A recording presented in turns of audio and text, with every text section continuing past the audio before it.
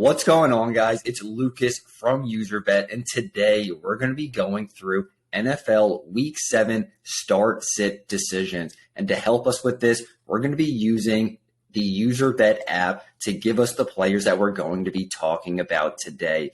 Userbet is an app in the iOS and Google Play Store, and it dynamically gives us two players matched up against each other. So if you like making start-sit decisions like this, go check it out in the App Store or the Google Play Store. Without further ado, let's get into it. Let's break it down from the top. Herbert or Lamar. Definitely going to go with Lamar. Cleveland's defense has been horrible this year, and I think he steps up in this game in a divisional matchup. And then Barkley, we saw how Jacksonville got gashed a couple weeks ago. I think Barkley could have a similar outing this week.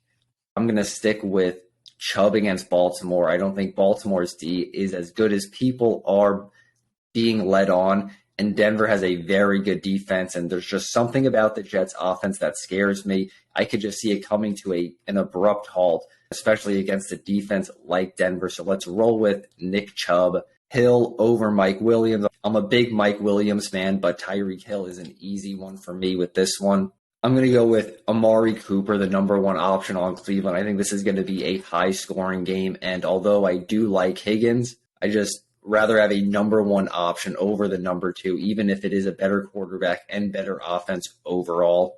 Kittle over Hawkinson, just a better matchup, and Kittle was getting targeted heavily last week. And Lazard over Jeff Wilson. I know Rodgers has been struggling this year, but against a horrible Washington secondary, I see him rebounding this week. Even though Tua, I like him coming back, but first week back from the concussion, I think Rodgers is a little bit safer of a bet, and it's just a horrible Washington secondary. Najee easily over Dillon. Dillon just hasn't been getting much work this year. And although Najee hasn't been doing great, they're going to have to score some points in this one. And he said he's finally healthy now, so I'm going to roll with Najee. Kenneth Walker over Jones. I know he has a good matchup and he has been getting the touches, but he just hasn't been producing. And Kenneth Walker looked nasty last week, so I'm going to roll with Walker. Ayuk or Myers, this is a tough one for me. I'm a very big fan of Myers, but the San Francisco game is going to be high scoring. New England will be able to run the ball here, which could limit Myers' opportunities. They're expected to get Mac Jones back, but I'm going to roll with higher ceiling with Ayuk. Mike Evans over Cooper, that's an easy one.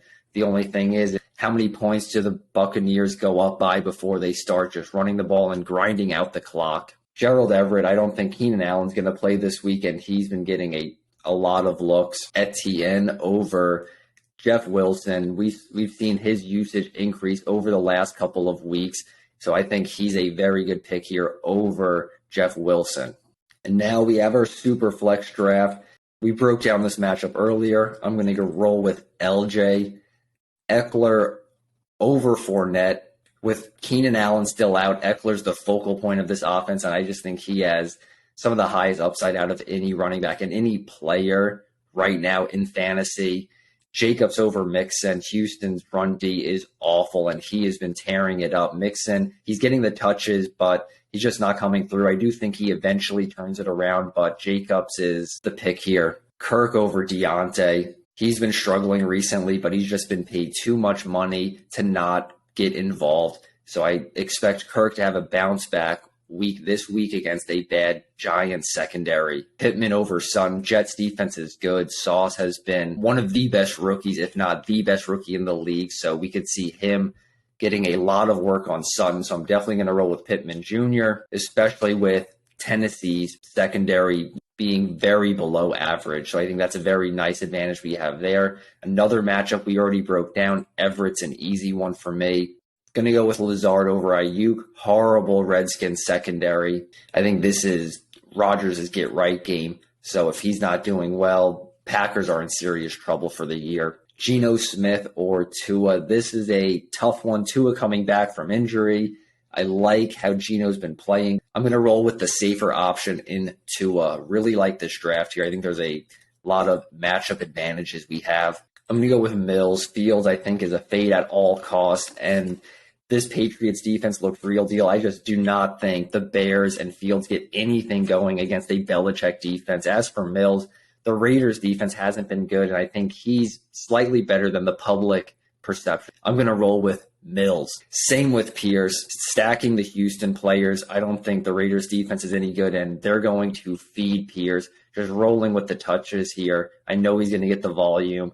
Same with, I like Jacobs a lot, but I'm going to stick with Fournette. Just think he's a safer option, and this Carolina defense is horrible. So I could see him possibly getting a couple of touchdowns, and his upside just is a little bit higher than I think Jacobs is. Hill over Mike Williams, another matchup we covered earlier. Waddle is questionable, so I'm going to roll with Higgins. And even if Waddle was healthy, I would still roll with Higgins.